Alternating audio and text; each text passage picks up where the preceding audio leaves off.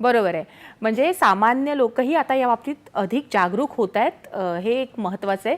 Sir, या कर सुधारणांमुळे लोकांची 2.5 लाख कोटी रुपयांची बचत होईल असा कुठेतरी एक अंदाज वर्तवला जातोय. त्या दिवशी पंतप्रधान देखील हे म्हणाले. विशेषतः मध्यम वर्गासाठी यातून जी बचत होणार आहे, तर त्या फायद्याकडे आपण कशा प्रकारे पाहताय?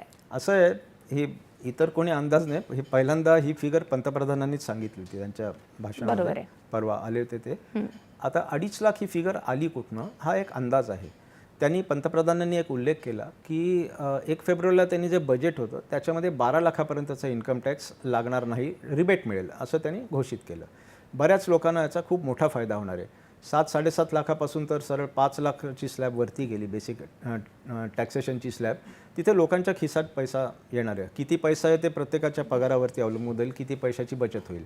आता GSTची बचत होईल त्यांची, म्हणजे GST कमी झाल्यामुळे त्यांच्या खिशातून पैसे कमी जातील.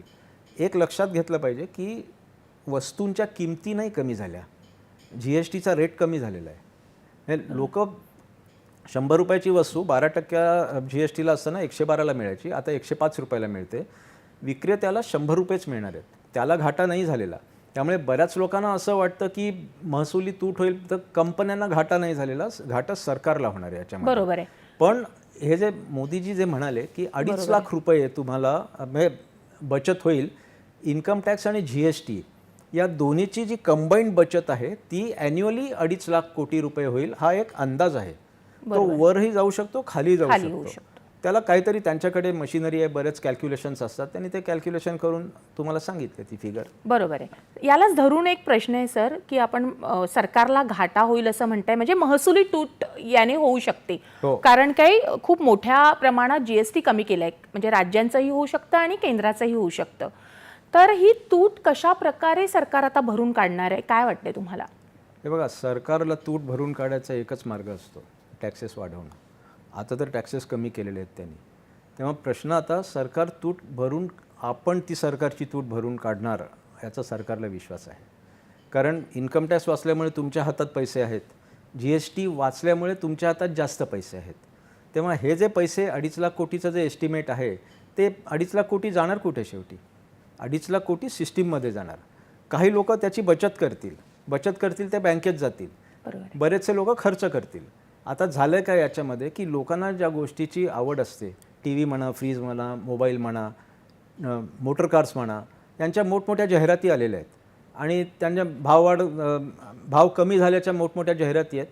अर्थात लोकांना वाटणार की आपण विकत घेऊया. हे जो 15,000चा मोबाईल घेणार होता तो 25,000चा मोबाईल घेईल आता.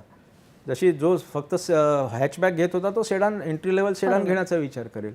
त्यामुळे होईल काय की थोड्याशा वरच्या लेव्हलच्या वस्तूंची विक्री हळूहळू वाढत जाईल आणि अल्टिमेटली सेल वाढत गेला की GST वाढत जाईल आणि GST वाढत गेला की जी तुम्हाला सुरुवातीला जी तूट आहे ना, ती तूट भरून निघायला सुरुवात होईल.